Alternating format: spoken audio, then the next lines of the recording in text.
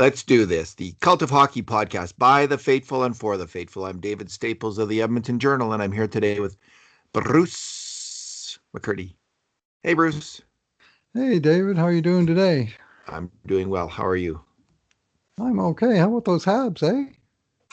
Yeah, I've kind of been on and off cheering for them. I'm not really Mm-hmm. cheering for them. I'm cheering for the comeuppance of everyone who attacked the Canadian division this year. Yep. Yep. That's more of actually what's happening. And Sweet. it's nice to see. Yeah, there was a lot of, frankly, kind of ridiculous commentary about the Canadian division being weaker than the other ones. Mm-hmm. How would you know? It is true that Exactly. none of the Canadian division teams had done particularly well the previous year. Like they hadn't been in the top 10 teams in the league. But they had lots of them have been grouped right in the middle of the Right. NHL. 6 of the 7 were in the middle third, and a couple of them, Toronto Yeah, especially, was clearly on the rise, and and Ottawa and was clearly on and the it, rise. yeah, and The Edmonton one was weak on the team. rise. Yeah. Yeah, so I just thought it was a little bit ridiculous. So it's nice to see that because how could you know which division was Yeah. best unless you're playing out the season? It was something that no one could really comment on, and people seem to make pretty strong Oh, assertions. not with any not with any legitimate authority, but people sure seem to comment on it a lot. And I just had concerns because of zero overlapping play. If Montreal falls meekly to Vegas, it's just going to be more carping about how poor the Canadian division is. And what do you know? Montreal waxed Vegas in 4 of the last 5 games, deserved to win the one they lost, and really held their own and then some in the series. Shut down the top remaining seed in the playoffs, and away they go. The fourth place team in Canada is suddenly in the Stanley Cup Finals. I think the Habs may have been the 16th seed entering the playoffs of the 16 teams in terms of their points on the season, because they had to wade through that tough Canadian division, right? The division of death, I've heard it called. Uh, Indeed. Well, I got one stat for you, and then we can move on. Shorthanded in the playoffs. Shorthanded. Montreal scored 4 goals and allowed 3. All the other teams in the playoffs have scored 6 goals and allowed 97. you got I to think their be, PK is doing the job, don't you? and you also have to be lucky to be good. Oh yeah, that There's a too. bit of luck in there. Someone made a funny comment about the playoffs are too short a sample size. We should just throw them out, Hmm. throw out all the results, throw out the Stanley Cup winner. I thought that was funny. Okay, Bruce. Today we're going to talk about a few different things. We'll talk about Zack Kassian, Kyle Turris, and James Neal. Keep, hold, or fold. What the Oilers should do with those 3 players going forward. And we'll just do a quick roundup of the news. And kind of one of the things that Oiler fans have been talking about this week is Matej Blumel, who is a player who just turned 21 years old. He plays for Pardubice of the Czech League. He 6 feet, 200 pounds, drafted 4th round, 100th overall in the 2019 draft. And a player that I'm not that familiar with, except by his statistics. He had a great final year for the Waterloo Blackhawks in the USHL, 60 points in 58 games, including 30 goals. And that got him drafted by the Edmonton Oilers as a 19-year-old, I guess, at the Hmm. time. So Second he year of was, eligibility. Yeah. yeah, second year. Anyway, he was expected to go to U.S. college hockey. He did not go. He ended up in Pardubice. His first year in Pardubice was kind of unexceptional, just 5 points in 31 games. But he had a breakthrough season, which we saw clips of on the internet. 32 points in 49 games. He made the Czech team to go to the World Championships this year. And what we saw, Bruce, was what the Oilers need. We saw a guy with a great one-touch shot. Just get the puck far in the net. And he was so strong at that I was seeing him as a legitimate candidate to be a maybe top 6. Like Hmm. not a great candidate, maybe Right. just a 1 in 5 kind of Hmm. bet Yeah. Yeah. that he would turn out. Fourth But round when you pick. see that kind of talent, that great talent for shooting, and the Oilers having the need for that, he looked like a good prospect. So lo and behold, June 1st comes and it's the last opportunity the Oilers have him to sign him to an ELC, and it doesn't happen. So there's been a lot of consternation among Oiler fans about why didn't that happen? And I'm going to suggest right now there's not a good answer Right. to that. We there's some unknowns around this. Also. Um, Bob Stauffer, the Oilers, suggested that the Oilers decided not to sign him. Mm-hmm. That's how. But there's also suggestions that he's got a 3-year deal without an out clause right now. That so maybe the Oilers couldn't. Well, he's got a 3-year deal, so the Oilers couldn't have signed him unless I guess he would exercise if he did have an out clause. Yeah. He would That happens a exercise lot. that right now, and that does happen. So there's a real.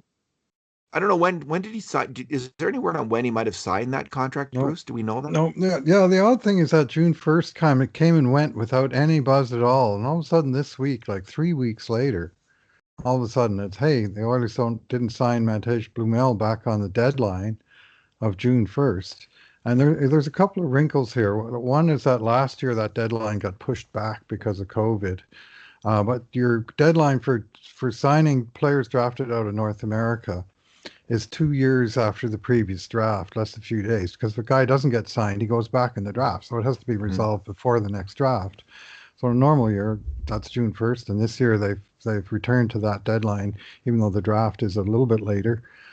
And because he was drafted from North America, even though he went back home, like we look at guys that Oilers drafted, 4 years ago, Philip Berglund, Marcus Niemelainen, they signed them they have 4 years to sign guys out of Europe, and they waited the whole 4 years before they signed them. Well, sure, they would have signed Blumel out of Europe, but they drafted him out of North America. So that tightened up that deadline from 4 years to two. And the deadline was June the 1st, and it came and went. And I mean, I didn't notice it. You didn't notice it. The Oilers on their own social media page. And now, mind you, this isn't the decision makers that do the social media page. But on June 1st, they had two separate tweets about Blumel's performance in playing in the World Championships. And one of those tweets, it was very odd. It had exactly one reply from one fan saying, but his deadline just passed to expire, and there was no response. Nobody seems to even have seen it. And 3 weeks later, all of a sudden, the crap hits the fan, and it's not a good look, frankly, David. I mean, the Oilers, I mean, they've had enough top 100 draft picks that they've lost for various reasons. They've traded some away, obviously. To me, the league has stolen no fewer than three top 100 picks off the Oilers in the last 6 or so years with the executive compensation boondoggle that robbed them of picks for Todd McClellan and Peter Chiarelli. And then the James Neal boondoggle, where the league assumed Neal scored 21 goals when he actually scored 19, awarded Calgary that pick. So the Oilers have been running short on draft picks, but here they actually had a pick. They used it. They got a good pick and a guy who, in his second year after his draft, just surged way ahead of what he did in his first year. Now that's a guy you sign no matter what. I think, like, why not? And Well, yet so we don't know though, Bruce. Like, we could they? don't. So there's three options, perhaps. Hmm. Like they missed it. They missed the Yeah, deadline. that's possible, I guess. Hate to think Okay. so, but The other one is they couldn't sign him. He's got a contract. He didn't hmm want to opt out, yeah. or he couldn't opt out. So hmm so those are options too, right? We don't Right. know. Is there a third option? Yeah, they chose not to sign him, would Oh be the yeah, third excuse me. option. They could have signed him and they chose not to. We, we don't know what it Yeah. is, so we don't know what to make of it. Like Well, I don't know. I personally don't know what to make of it. I'm going to leave it there. Like other people can have an opinion. It would be good for the Oilers to clarify, I think, like in terms of communicating with their fans. I think the mistake they're making, if their mistake is not to say, here's what happened, and right. to make it crystal clear what happened. That would be proper communication, because there are these questions. You're saying a lot of people are saying what you're saying. This is a mistake, and you have a lot of fans saying that. Well, they should say what they did, and then people will know one way or another. Like you can the fact that they're not saying something is a mistake. That's their mistake, if you ask me. Well, Is terrible Bob terrible said something. Bob communication. Stauffer said something, but he's not really the spokesman for the No, team. You know, he's out there. Now, one of the really odd things here is Matej Blumel's own uh, Twitter page cites in two places on his pinned tweet and on his profile. I was just trying to bring it up here on my computer. says he's an Edmonton Oilers Says he's an prospect. Edmonton Decided to be an Oilers. Edmonton Oilers prospect. Yeah. Yeah, So now he's not on Twitter all the time. So right. that may mean nothing, right? Because Twitter's not top of mind for him like it might be for you and mine. He's not there every day Right. talking to people. So that might not mean, that could just be old. He has yet to update it. But they need to communicate. And for people to assume they made a mistake is not a terrible, like they've made mistakes in the past. So who knows?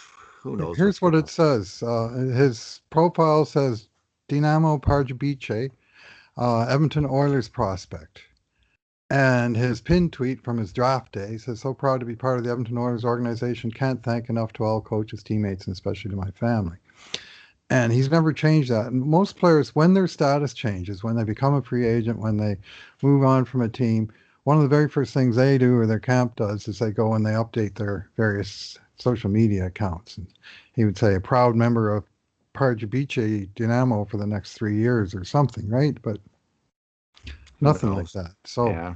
who the heck knows? And I mean, his last regular tweet was uh, about Thomas Missouri back on January 12th. So it's not like he uses his Twitter feed all the time, but it's just another sort of curio that what the heck is going on here? This sounds like a guy who was anxious to go for his NHL, and now, So Niemelainen was drafted in 2006, and he went back to Europe, yep, but the Oilers retained his rights for some yeah, reason for free, because this is years later. yeah, he was drafted. You're right. He was It's drafted out it's of Erie, it's was it, or three he or was four drafted out seasons of later, and they Saginaw? finally Saginaw. and they sign him. So listen. I'm not going to pretend that I know all the various different rules around the CBA signing players, Oh, you have a but point, though. it is a little confusing. But whether I'm confused or not isn't the point. The Oilers shouldn't be confused. They got to know the rules, and they should now communicate to their fans what happened here. Did you Yeah. decide to move on? Oh, it'd be terribly embarrassing to say we had a chance to sign him and we didn't realize it and we forgot. Well, they could still Um, sign him if they wanted to. He's a free agent, well, so that's it. you They know, can sign him now, fix right? it. If Yeah, fix it. If he's keen to sign, but now he is a free agent. He can sign with whoever he wants. Yeah. Like I was thinking, well, maybe his agent should have contacted the Oilers and forced him. Yeah. Maybe his agent didn't want to because now he's in a better bargaining position, right? Like in theory, to get a slightly better rookie contract or something like that. Now, there's other suggestions like, would he have a place for himself in the top two lines or top three lines in Bakersfield? It's probably better in terms of this player's development. I could see them saying like it's best that he stays another year So loan him out. in in the Czech Republic. Yeah, loan him out. I mean, that's what they All did right. with Broberry and a bunch of other guys, right? Is they loaned them out to Europe. Even other years besides this insane last season where they loaned out like 16 guys. But I mean, that was clearly an option as well. And he because he was drafted as an overager, he doesn't go back in the draft. Now he's too old for the draft, so he's He's just a just free agent. completely a free agent. And Yeah, what was that? That's my yeah, question. fair enough. Bruce, there's a rumor that the Philadelphia Flyers, this comes from a beat reporter in Philadelphia, Inquirer, Sam Charchidi, that the Oilers or that the Flyers are interested in a huge group of defensemen, but one of Mhm. them, and the reporter presented this as, here's the Flyers, this is who's on their radar. So he's saying this. It sounds like he's heard from someone in the Flyers organization that he's just not making his own list.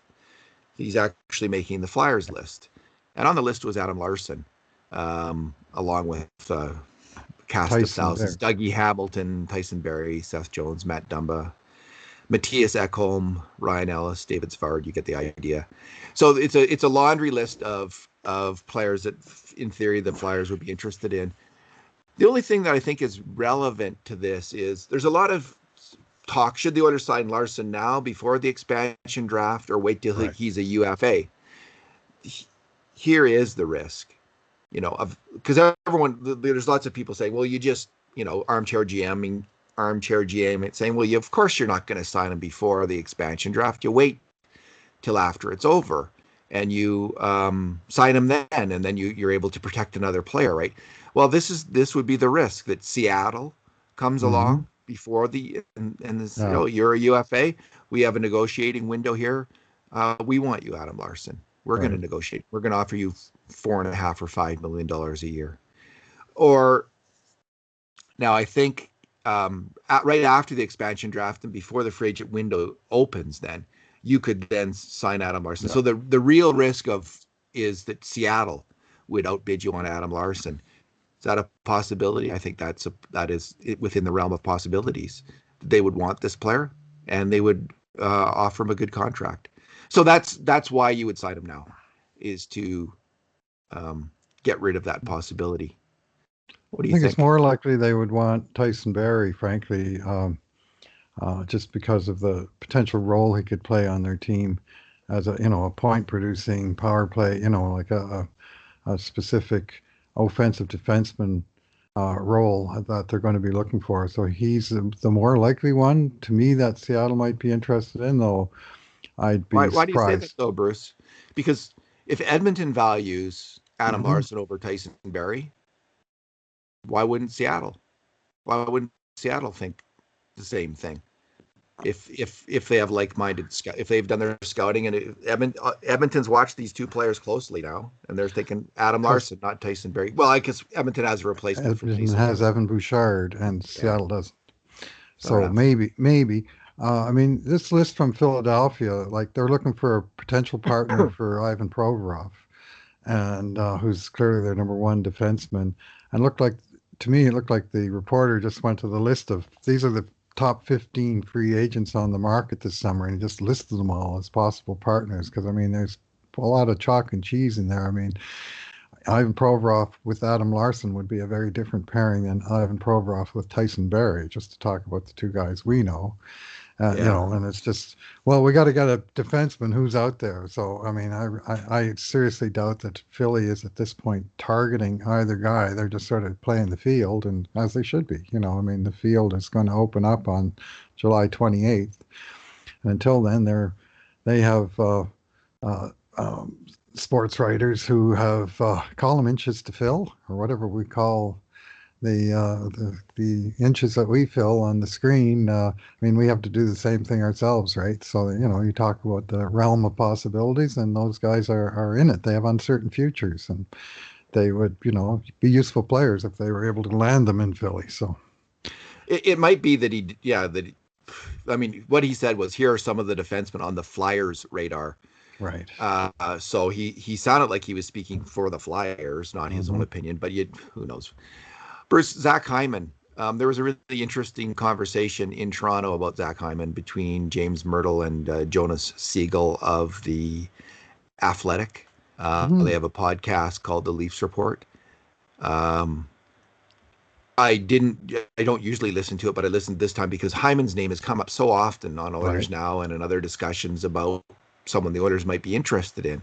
And it just was a very interesting conversation because it sounds like it reminded me of the conversations we're having in Edmonton about Ryan Nugent-Hopkins, where you have a player he's a good player, but he's getting up there. Hyman's 29 and is a UFA, and it's like you'd love to keep this guy, but only at the right price.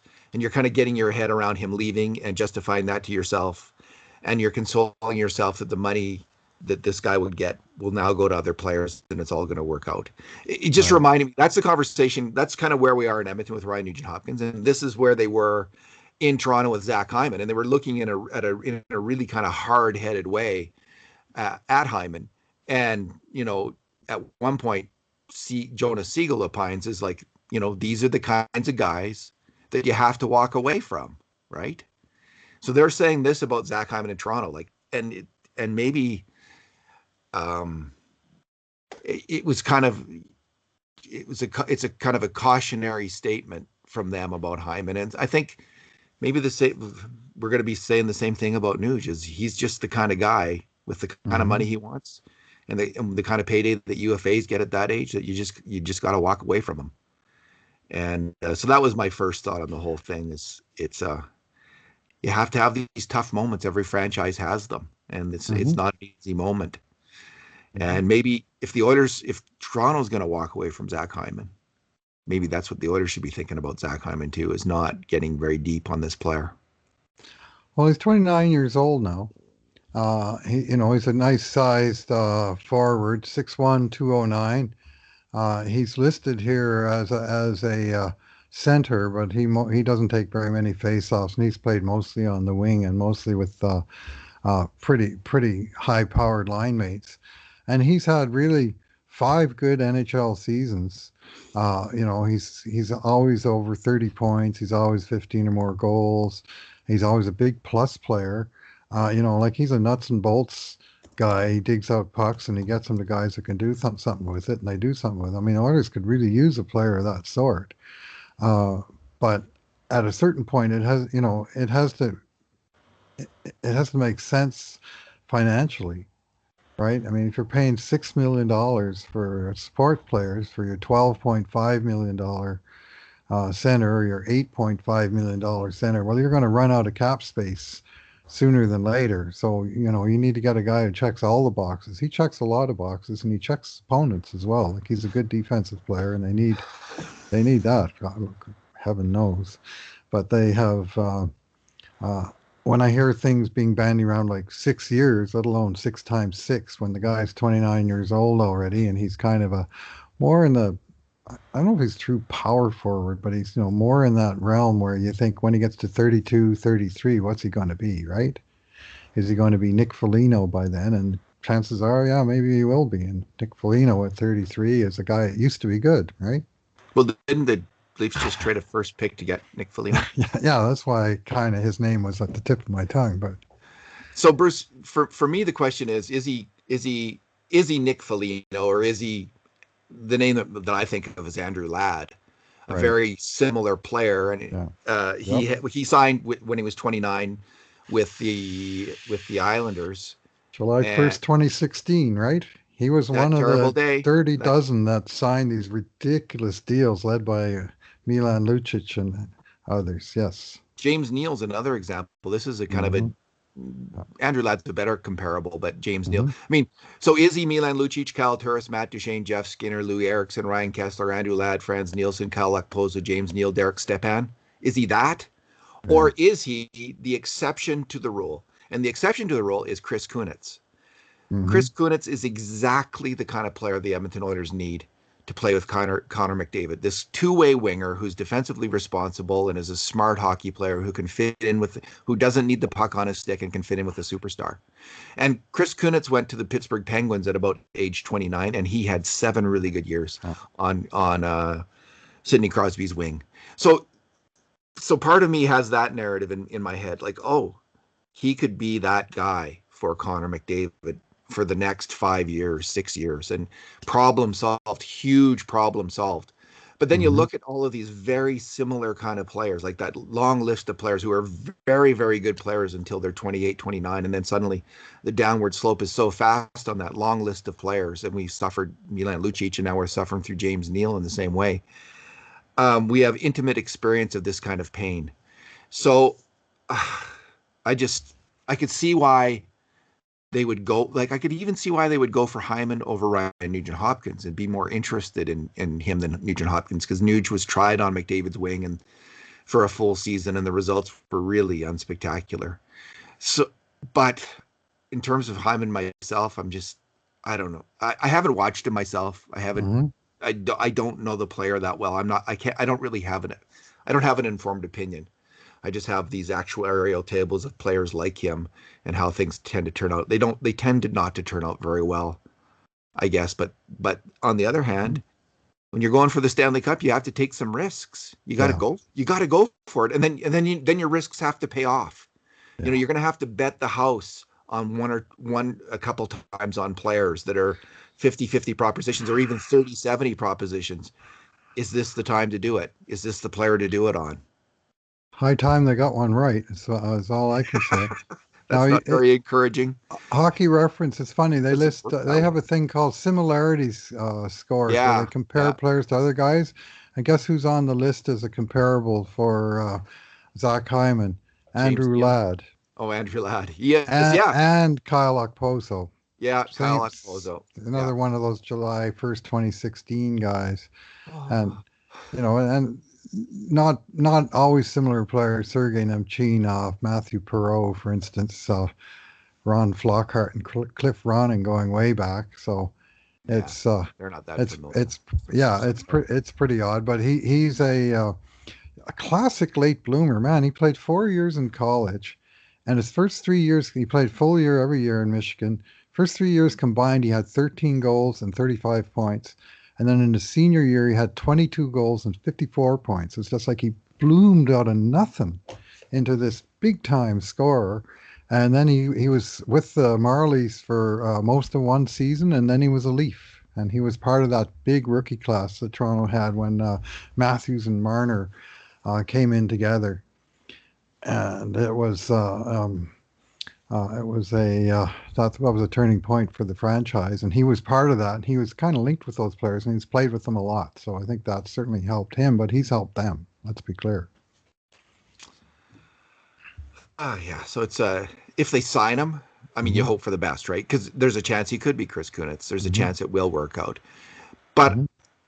I'd say that chance is less than 50%, right? I don't think it's a good At bet that that's going to price. happen. Yeah, at that price, Hmm. I don't think it's a good bet. I think it would be just like the people in Toronto are saying, consoling themselves. It's the kind of thing you walk away from. On the other hand, you got Connor McDavid and Leon Draisaitl. It really is time for the Oilers Yeah. to start winning. And maybe you think, well, what if he is Chris Kunitz just for 3 years? Hmm. Maybe that's good enough. Maybe you do that. And I don't know. I don't know. And offer From him what I three hear of times Hyman, six. from what other people say about Hyman this year, Hmm. it's not signing Milan Lucic at the same time. There was, I think, some clear indications that Milan Lucic had taken a step back in his game. Hyman's peaked. He's playing as well as he's ever played. He was talked about as somebody who could make the Canadian Olympic team this time around, like that good of a two-way player. So now maybe that's just Toronto hype talking, probably. But yeah, an interesting decision that's going to be coming up for both the Maple Leafs and the Edmonton Oilers. It looks like if they don't sign him, if the Leafs don't sign him. Bruce, let's segue to the keep hold or fold part of this Hmm. podcast and to James. Let's go right to James Neal because he, whatever it was, 3 years ago, entering into free agency, he was Zach Hyman, and he got the big deal, and the Flames really came to regret it, and Yeah. the Oilers now have a decision to make about James Neal. What would you do? Keep, hold, or fold? Fold in this case is a buyout. Four Hmm. years. The buyout would consist of the next 4 years. The Oilers would have to have a cap hit of $1.9 million per year. $1.9 million per Hmm. year. In the short term, though, they would get a savings of for the next 2 seasons, they would get a savings of extra cap money of $3.8 million, Hmm. 2 years in a row. Hmm. Awfully enticing for a team pressed up against the cap, looking to win now, and should be looking to win now. Should be looking to win now. Hmm. Keep hold or fold. What do you do? Fold. I fold on Neal. I mean, the whole raison d'etre of that trade was that the Lucic contract was unbuyoutable, and they were whoever had Lucic is basically stuck with the contract because his bonus structure is such that you're going to pay him and have him count against his salary cap whether he's bought out or not. Whereas Neal's contract was very similar. Like they both had 4 years left at the time of the trade. Lucic was at 6 million, Neal at 5 3/4. But Neal was just the same money every year with no clauses, no bonuses, no trades, no movement, none of that stuff. Where Lucic's contract was laden with all of those things. And in fact, it's fairly amazing that they were able to trade him at all. But it took they had to take some serious hits to move along from Lucic. Well, one of the things the Oilers were worried about was that they would have to protect Lucic in the expansion draft, and by getting rid of him, they didn't have to worry about that. Well, it turns out Lucic has waived um, Calgary's need to protect him, and the chances of Seattle picking Lucic have got to be pretty close to zero, I would have to think. And unfortunately, we'll say the same thing about James Neal. Oilers have to decide what to do with him. If they buy him out, as you say, they save 3.8 million in each of the next 2 seasons of salary cap that they can use on another player, and then they have to carry a 1.9 million penalty for the 2 years after that. The overall savings would be 3.8 million dollars, and I mean, they traded it for what they got. I mean, they retained $750,000 in salary on Lucic for 4 years. That's a $3 million hit right there. So even if they buy out Neal right now, their savings against the overall cap is pretty marginal. But I mean, looking at it in the immediate short term, next year and the year after, that $3.8 million cap space would be valuable.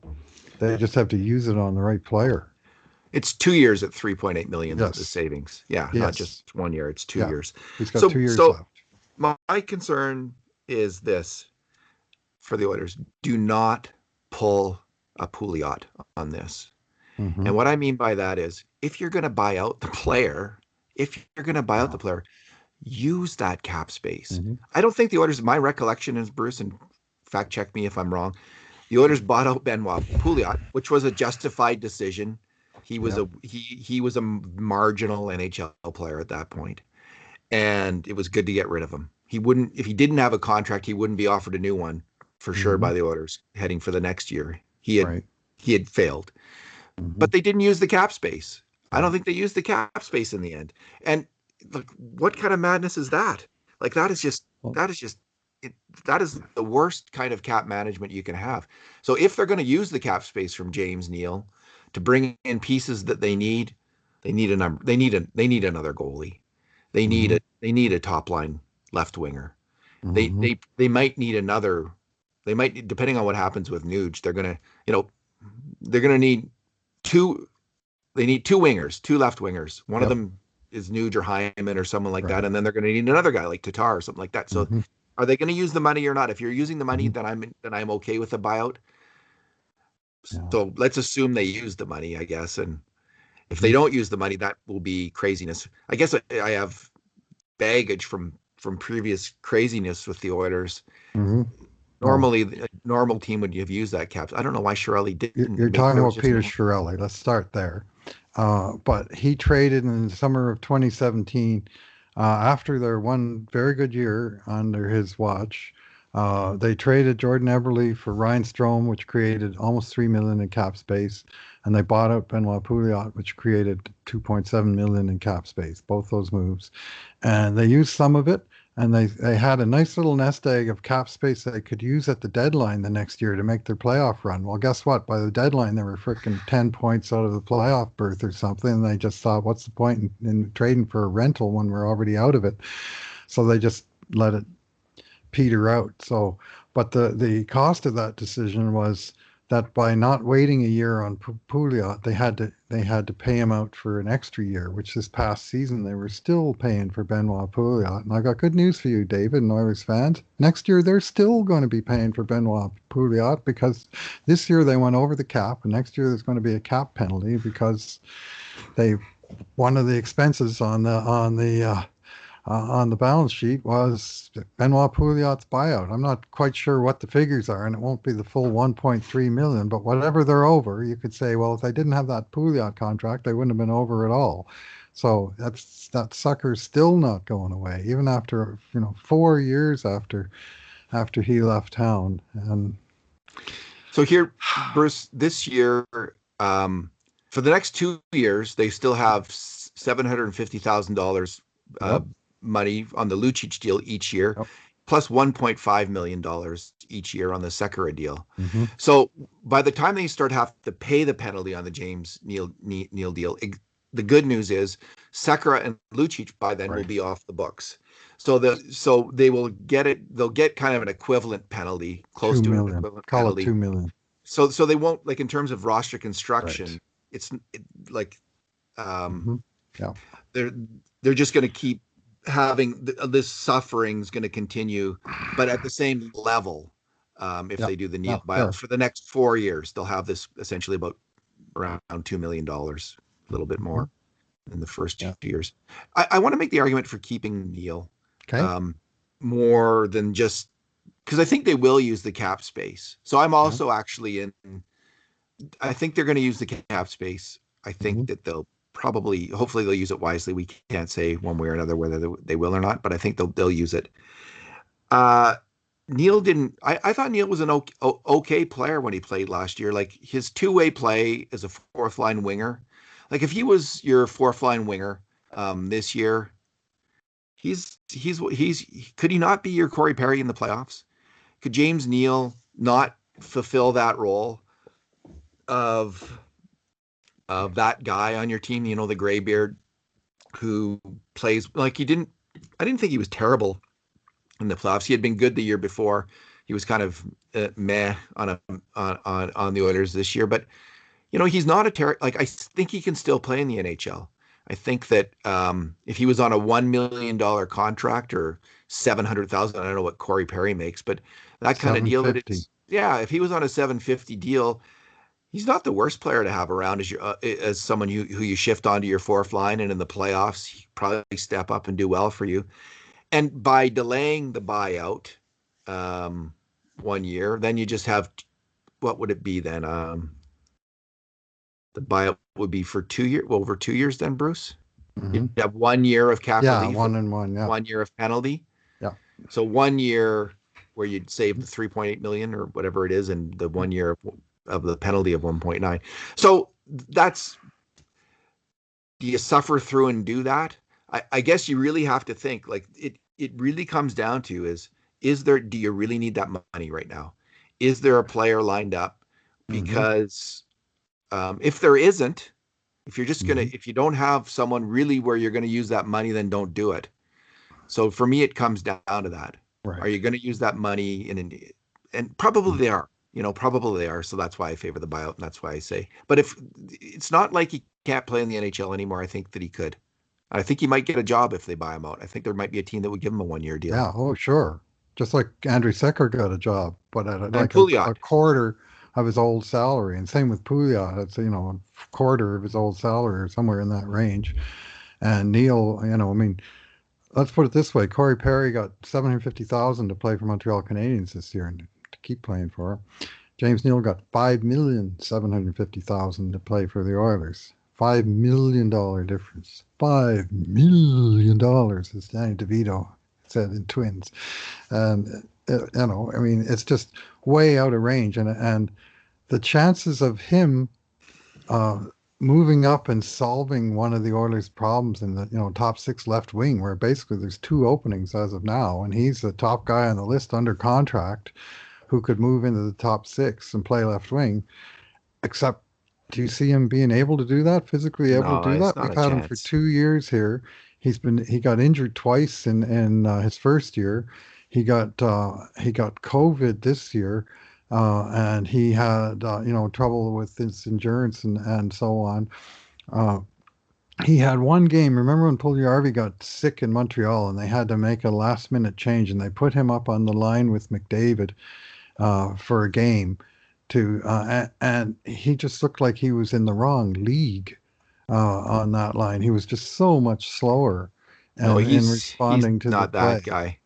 But And Bruce, he got, I mean, they had him in the playoffs. He played 2 games. He got benched. He got, no points, -1, 10 minutes a night. Like, he just wasn't really a significant part of it.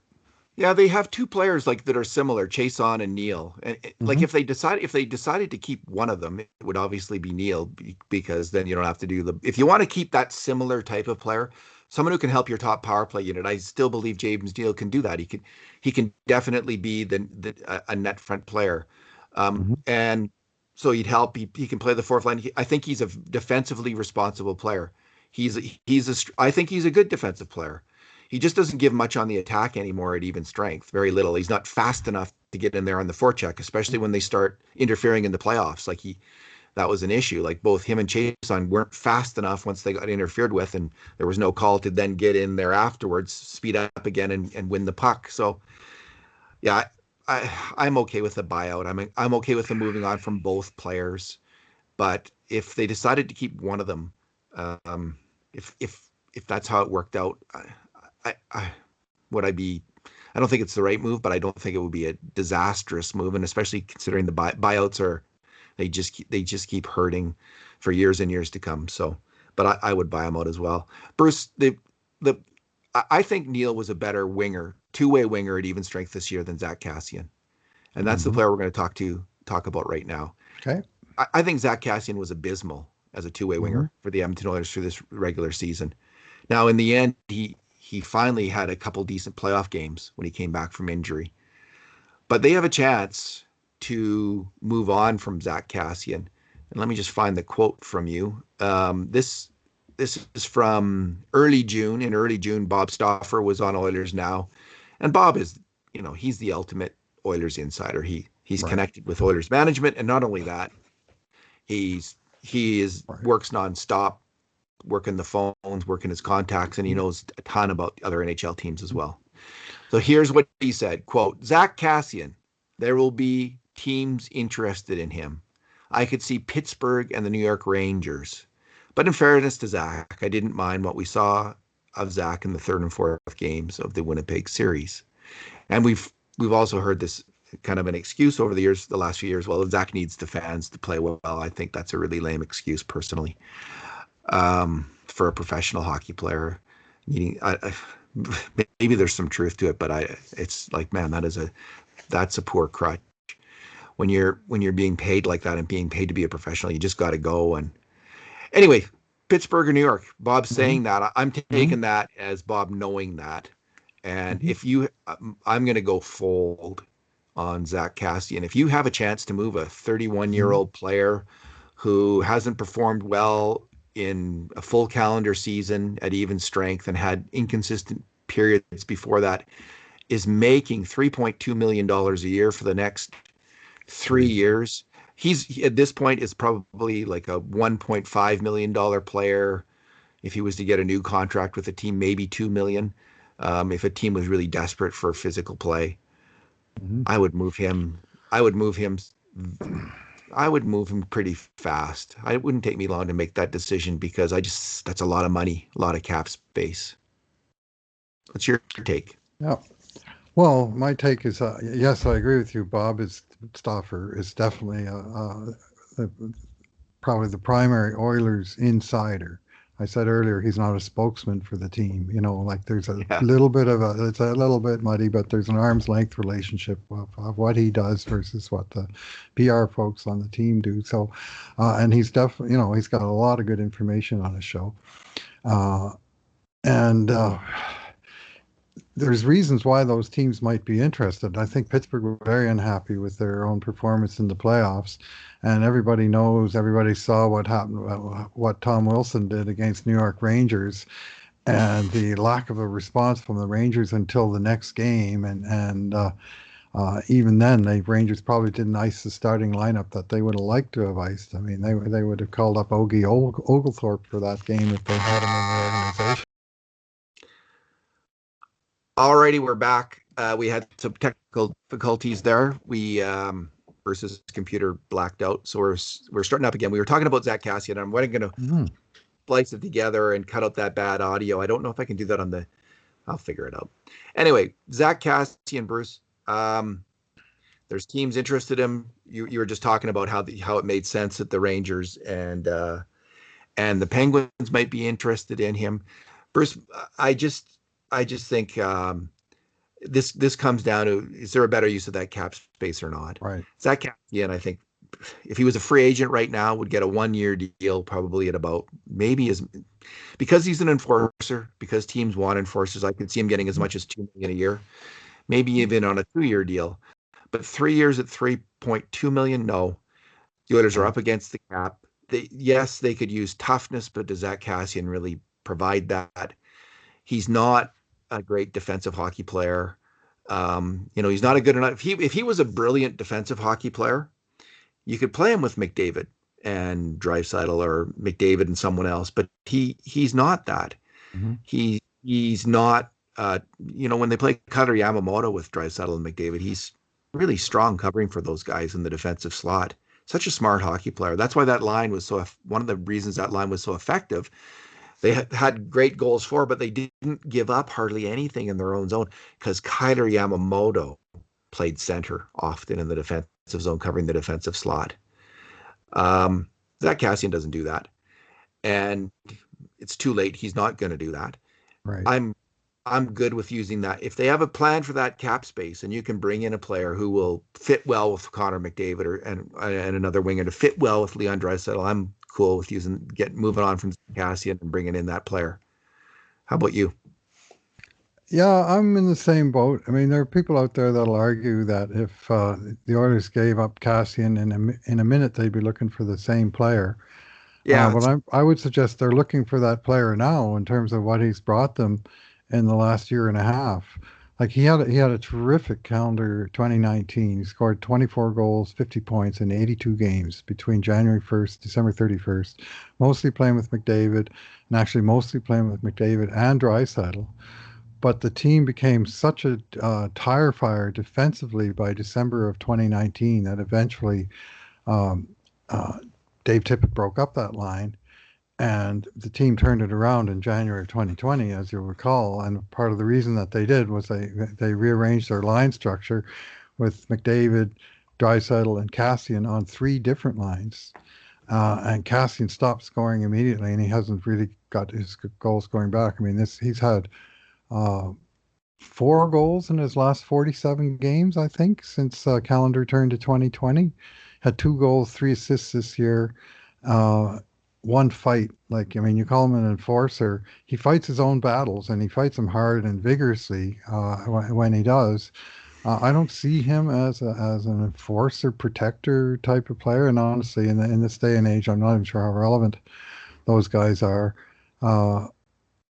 I know New York Rangers might be interested in him to counter Tom Wilson. Well, Kassian and Wilson are similar players in some respects, but Wilson, to me, he brings it every time I see Washington. He's a factor, and every time I see Edmonton, which of course is way more often than Washington, I can't say that about Kassian. It's more once in a while he makes a real big impression on a game, and a lot of times he's pretty close to a non-factor. And at $3.2 million, you need more. So he ranked for even strength scoring this past season in the NHL for regular forwards in the league. He ranked 391st out of 432, which is below fourth line. It's really weak amount of scoring. He wasn't, when he was signed, he was signed as a player who could slot into the top six now and then. That's not even scoring. And then we know his defensive play is not great. That said, there's players at that level of scoring, Bruce Wayne Simmons and Matt Martin. Andrew Cogliano and Riley Nash. No, Nash and Cogliano are kind of bubble players now, but Martin and Simmons are kind of viewed as valuable players on their team. But I think it was because they were fulfilling that in tough guy role. But they were probably playing better defensively than Zack Kassian, I'm going to guess. And I can't say this with certainty because I don't watch these players closely, but I'm going to guess Matt Martin is a really strong and smart defensive hockey player. And if Kassian brought that aspect, I mean, they can't use him on the penalty kill, Bruce, because they found out over time that he doesn't make the right reads. He doesn't get his stick in the right place. He's not that guy on defense. If he had that aspect of his game, it would be really easy, I think, just to argue to keep him. It's not there. It's not going to be there. You have a chance to move this guy, move out a contract of a 31-year-old guy who's making probably twice what he's worth right now. You just do it in an instant, and especially if you could get second round. Like, what if they could get a third round pick, a second round pick, or a useful, third line center for Zack Kassian? Could you get us, like, depending? Maybe there's a bidding war between Pittsburgh and the New York Rangers for Zack Kassian, and they actually have to offer something good. And all these teams, Bruce, they have to fit. They've got to fit. Under the expansion draft, they can only protect 4 forwards or 7 forwards, depending on which way they go. And maybe that works for them is trading someone the Oilers could use it forward for Kassian if they determine that Seattle will never take Kassian, so they could trade a player that they think Seattle would Maybe they take, would. then bring in Kassian instead of him because they think for whatever reason Seattle's not going to take him. Is there any race Seattle would take Zach Kassian? I don't think so. Depends what they're looking for. I mean, the one thing about the expansion teams is that you always think they want the very best player off your roster. But they're not looking for the best player off of 30 teams rosters. They're trying to build a team. So they may be trying to fit a piece here and a piece there and make an odd selection here and there, like Vegas did with Derek Engelland, for example, where they wanted a player for a particular reason. Now, I don't see that as being Kassian, although he's certainly one of the more notorious players who would be available in the draft. But yeah, I mean, you talk about Matt Martin and Wayne Simmons. Well, they both had a cap hit of 1.5 million this year. Boom. You know? Yeah, there you go. Not 3.2. And I think if you look at Ryan Reeves as another example, he's in that same range. And you know, they're like I say, those are guys. At least when I see them, which is much more rarely, they always seem to be doing their thing. And Kassian he's been so sporadic. I mean, like I say, he had one fight last year, and that only happened in the first shift after coach called him out. About 15 games into the season, he went into Ottawa and he took out the biggest guy on the other team 2 seconds into his first shift off the face-off, and he broke his hand. Well, that didn't help. And obviously, I mean, that had a deleterious effect on his season. So did the other injury he had. He only played half the games, but bottom line is he didn't do a heck of a lot to help the Edmonton Oilers last year for that 3.2 million. Bruce, we're just getting rid of all the graybeards here between you and I, man. We're just getting rid of Kassian. We're getting rid of Neal. We're getting probably move on from Chase on. And Ken Holland, Ken Holland, Chris Russell. Ken Holland says he wants these graybeards. I see the value. Like we see Corey Perry, but Kassian he didn't start at the high level MVP level of Corey Perry. He started considerably below that, and he's trending down. Again, you got a chance to move a player who's trending down, who's earning as much as Zach Kassian is. You take that chance. Now, if you have to eat half his contract, why would you do it? Because we've just said, like, at half the money, Zach Kassian probably makes sense for your team. Mm-hmm. So no, it just has to. But if some team's willing to take on that contract and give you something back, wow, you jump on that. Bruce, the last player on our list today is Kyle Turris. Bruce, keep, hold, or fold on Kyle Turris. Okay, I'm in the hold camp, and let me define that very clearly. I think you're going to need to, Bruce. Folding would be a buyout, and a buyout would mean holding him onto him for 2 years. To me, a hold is you hang on to the second year of the contract because there's no way to move on from it, but you bury the guy in the minors, and you bury like 1.125 million of the 1.65 million cap hit, and you eat the other $525,000. And you bury your head in shame that you know, and nothing against Kyle Turris. He's a good man. He did great stuff in our community for Glen Rose Rehabilitation Hospital, right? He got nominated for the King Clancy Award, but he is past it as a hockey player. And he got bought out in Nashville, which is a great, big, whopping clue, Ken Holland, that maybe he's not the player that he used to be. And they quickly signed him to a 2-year deal, and now that second year is just hanging over, like so. But I don't get into the buyout, and I don't know any other way you can move on from the guy other than do what they did with Brandon Manning and bury him in the minors. You know, and just eat the remaining residual cap hit and bury as much of it as you can. As we were talking about last week on the podcast, this was a real bad miss by the Oilers organization. Yep. Bruce. Yes, it was. This third line center, like one of your core 12 players, third line center. Mm-hmm. You got to hit on this player. You got to get it right. And last week on the podcast, I was saying I was bringing up Archie Henderson in the context of this and placing a lot of blame on Archie Henderson. Since that time, Bob Stauffer has been on Oilers now, and my post on this and our discussion kicked off a more general conversation about how these decisions are made on Oilers now.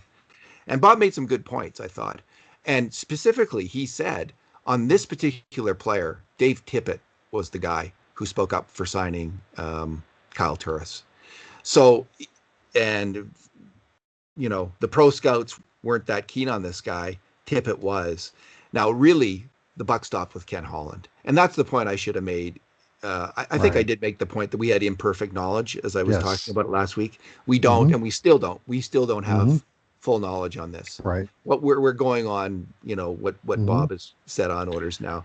But the buck stops with Ken Holland, no matter what. And Ken Holland is responsible for this decision. And if he was listening to Tippett, well, you gotta. What he has to do is like, when you listen to Tippett on Mike Smith, Bruce, it looks like it's worked out. It worked out last year. He listened to his coach, but his coach last year at least would have been going on a strong playoff performance by Mike Smith in the playoffs, his knowledge of Mike Smith, and then last year when they re-upped Mike Smith, how Mike Smith played with the team, like what Dave Tippett was seeing every day with this player, and he came back and said, that's probably not a bad option, and Holland would have done the same thing, having seen him every day. How much did Dave Tippett watch Kyle Turris play in Nashville? How up to date was his knowledge on that? So these are the questions I would ask. Like, what is the process that led to the Oilers bringing in Kyle Turris? You got to correct that process. If it's just some guy, because this is the same mistake they made on Griffin Reinhart. They were going on what they had seen. Okay, well, let you make the point. Go ahead and make it. Yeah, because in a very, very subsequent podcast, we talked about the amateur scouts. And we're talking about Keith Gretzky and Bob Green, and now Tyler Wright and Bob Green. And the point was raised that Bob Green was supposedly part of the process on the Griffin Reinhart decision. And I said in that case, so the ball, for me, ultimately rests in the court of the GM that pulled the trigger on the trade. And I mean, he gets the best information that he can, and he makes the move. And on the Turris signing, you suggested that whoever made the recommendation to the Oilers ought to have his status reviewed. Well, if it was Dave Tippett, well, that's a black mark on his record. Tippett was coach in Arizona when Turris, imperfect memory here, demanded a trade, got traded out of Arizona or Phoenix at that time to Ottawa, and then he coached them later in the World Championships and had a good experience in 2 weeks and whatever in Europe several years ago. And this was before the guy was deemed good enough by Nashville to make a big trade for him and then sign him to a big long-term contract. Well, Nashville subsequently has reached the decision that was a huge error on their part. Like, they made a way bigger mistake than the Oilers did, but the Oilers still made a mistake. And they haven't got a 3C in Kyle Turris. They don't have I don't think at this point, a viable NHL player. So they just have to, because it's over the amount they can bury in the AHL, well, you bury what you can and then you just eat the rest. So it's going to be like $500K in dead cap space. I don't see really any other outcome for that. So I went too hard on Archie Henderson and blaming him for the Turris thing, it looks like, based on what Bob is saying. So I was incorrect to do so. What I would say is that we don't have, and we could never have, like, perfect information about how these decisions are made. Nope.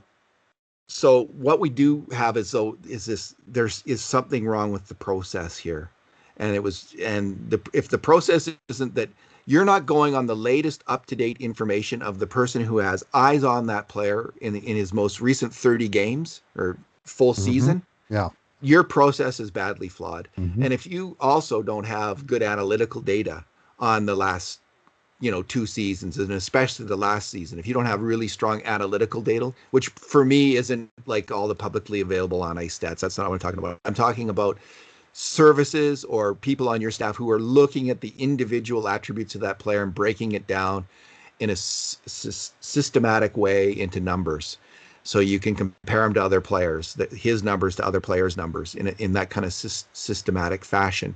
If you don't have both those things in your decision making, you have a problem in process in your organization. And I think that the Turris signing is a red flag, a huge red flag waving in the waving over the Capitol once the bad guys have taken over. That you have a major problem with your process. Now, it could be that Yeah. now there's a chance I'm incorrect in this, and that maybe everything looked rosy with Turris in that Hmm. final season with Nashville, and it's just had a sudden and unexpected drop off in performance. I doubt that's the case due to the buyout, and I just think the Oilers have really got to look from Daryl Cates on down. They've got to look Hmm. at and this think about hard about this decision, why you got this wrong, and correct your process. And if they don't do that before this coming signing period, Bruce, they are going to make the same mistakes that they made with Hmm. Kyle Turris this coming signing season. Yeah, well, I was smiling a minute ago. You were talking about imperfect information, what was going on, and my mind flashed to two scenes. One, an oil change when they were Oilers management were talking about the reasons that they traded for Jared Smithson, and the other to that scene in Boston where Chiarelli is making the decision to trade Tyler Seguin, and thinking, well, it's still not perfect information, but it's pretty close. Where you literally were inside the room as these decisions were being made. Now we don't have that, but with Kyle Turris, we have the player that they got, which is an over 30 guy who's definitely on the heading down the far side of the hill of his career. And really, David, the three guys here that we're talking about, James Neal, Kyle Turris, Zack Kassian. When I did my recent series of posts on the Oilers organization, I did the core 12, and none of them were anywhere near the core 12. And then I did the next group of players, and guess what? The top left wing, the top center, the top right wing were those three guys: Neal, Turris, Kassian. 10.6 million in cap hit for guys outside the top 12. Not even counting the 750,000 that they retained in getting Neal. So you can even add that on if you really want to be cruel, and they have 1, 2, and 3 years left on those contracts. It's not like even they're expiring. They're all hanging over the team going into the future. And when you look at a roster, the salary cap, and you find dead cap space, and we talk about Sekera and Pouliot and Lucic cap retention and so on. Well, you can have dead cap space right on your team if you've got guys making big money and they aren't earning it. And those guys are all guys. We can talk about the past. I mean, Chiarelli brought in Kassian. Chiarelli brought in the Lucic problem, but ultimately, Ken Holland signed Kassian to the extension. He signed Turris, and he made the deal that brought in James Neal, but didn't really solve uh, the uh, the bleeding on the salary cap. So it's his problems to fix now. I mean, no matter who was responsible for him originally, he's got to fix, I and he's still got his like, work cut out for yeah, I still like the Neal for Lucic trade. I him. Hmm. still think that trade had to be made, and I Hmm. think it was a good trade for the Yeah. Oilers because he didn't swallow it. Because you can buy out Neal's contract, Hmm. they didn't swallow the ultimate poison pill on it, and it looked like that's where this was trending. That they couldn't move him at all, a player they had to move, I think, and looked like they were going to have to swallow a terrible poison pill, or some people thought that, and he avoided that. I still see that as a win for Ken Holland. With Turris, Bruce, I'm going to, by your definition of fold or Hmm. hold, excuse me, Hmm. Yeah. yeah, I think you hold him and send him to the AHL. I don't think there's, I mean, could Kyle Turris, it's like Kassian, right? In Hmm. terms of defensive play. These are 30 plus 30 Not year good. old veteran players. Is their defensive play suddenly going to improve? I just don't see it. And it's not going to happen. And the Oilers shouldn't in any way be counting on that happening. They should be thinking, Kyle, we're you'll be the elder statesman down in Bakersfield, helping younger players, leading younger players. Are you prepared to do that? And Hmm. that should be the plan with this particular player because as a winger, Bruce, like when they moved him as a defensive center, it was one of the biggest nightmares I've seen on the Edmonton Oilers in the last 15 years, which is saying a lot. It was so not close to meeting the standard that you just can't hope for that. As a winger, when he was placed on the wing, he's kind of like a super meh winger, fourth line winger who, if you had to put him there for 3 or 4 games, maybe he he wouldn't embarrass you. Like he'd hold his own. Like he'd be okay as a fourth line winger. But they got to do better than that on the fourth line as well.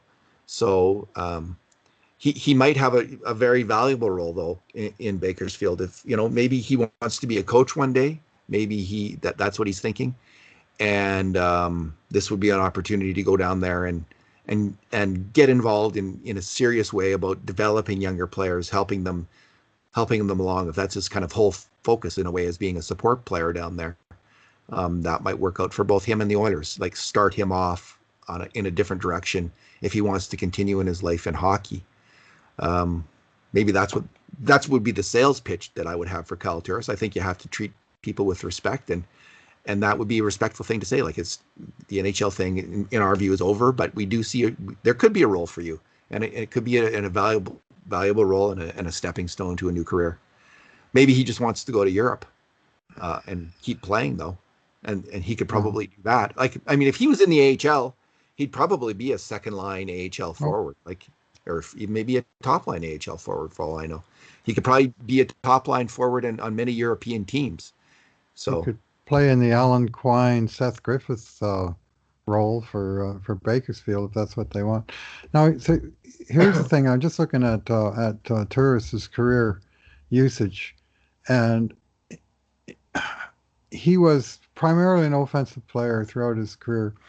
And in his last few years in Ottawa, he started close to 70% of his face-offs were in the offensive zone compared to the defensive zone.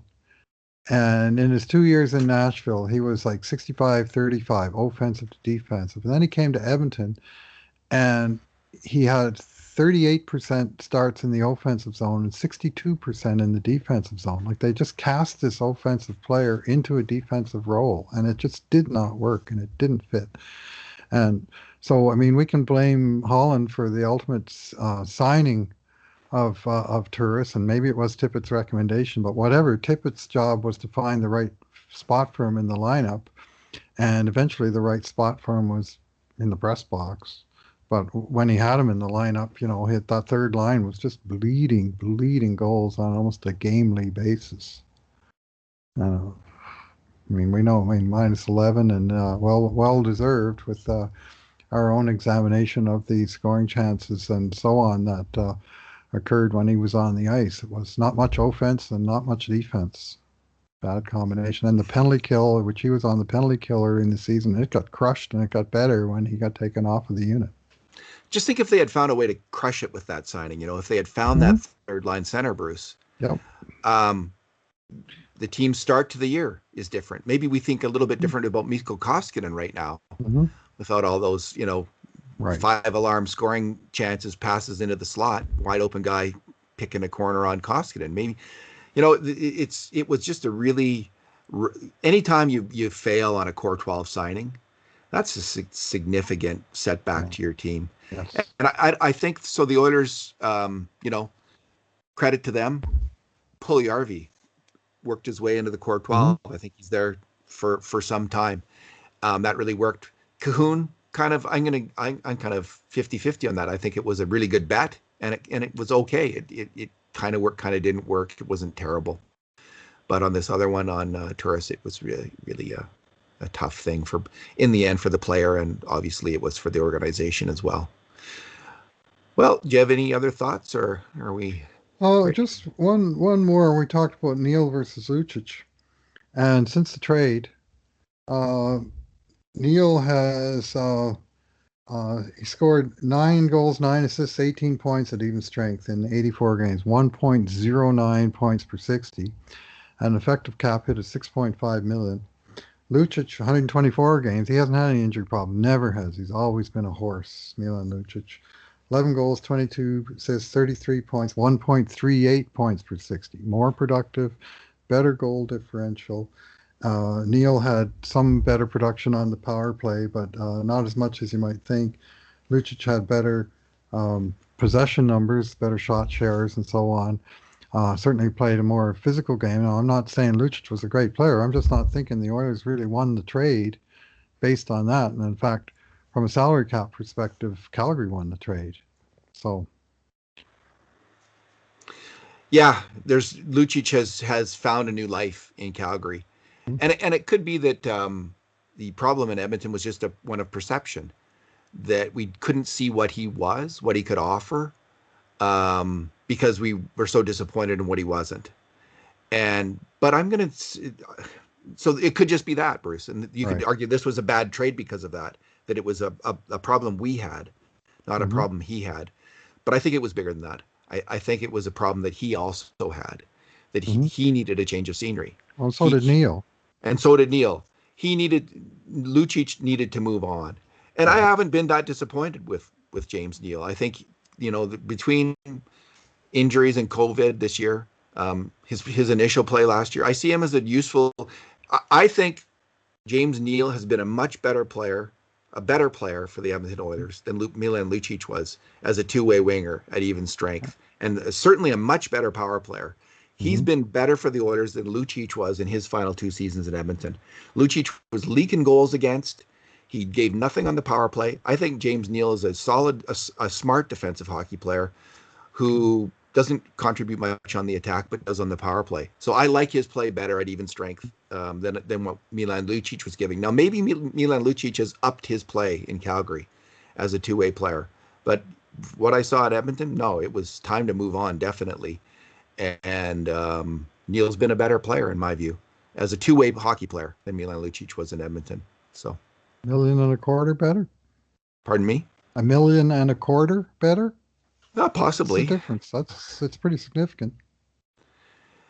Yeah. So I mean, uh, I think there's an argument. You could make an argument that what Milan has been in Calgary is better than what James Neal has been in Edmonton. And I can't say, I don't watch him up close and I can't say for sure. So I'm not going to take that on. But I will say that what Lucic was in Edmonton, Neal has been better than that. And I'm confident about that. So that's my point. And I also, Right. the reason I've made my point. I won't keep making And it. I'm still sour about that third round draft choice. And I bet you Daryl Cates is still sour about the $9 million. I mean, escrow dollars, but still several millions of dollars in front loaded contract that he paid Lucic that he isn't getting back. So I'm not thrilled that they got that great of a deal. Like I do agree that something had to be done and they did something, but I'm not looking back like all the extra chunks that it took out of us with retention, draft pick, real dollars. They paid a heavy price to move on from Lucic, and I guess our conclusion here is one way they can recover part of that is to buy out James Neal, which they never could have done with Lucic. But, Well, Lucic could be bought out, could he not? oh, Like, yeah, yeah. yeah, he If could, you want to keep all the cap hit and then pay his replacement and actually wind up with a net negative, yeah, yeah. But it was so I'm just it's yeah, like any it's player can be bought out. It's just it was horrible to contemplate hmm doing yeah, so. All right, all right, Bruce. It's good talking to you today. yeah. All right. Thanks for listening, everyone. And in the meantime, and in between times, this has been another edition of the Cult of Hockey podcast.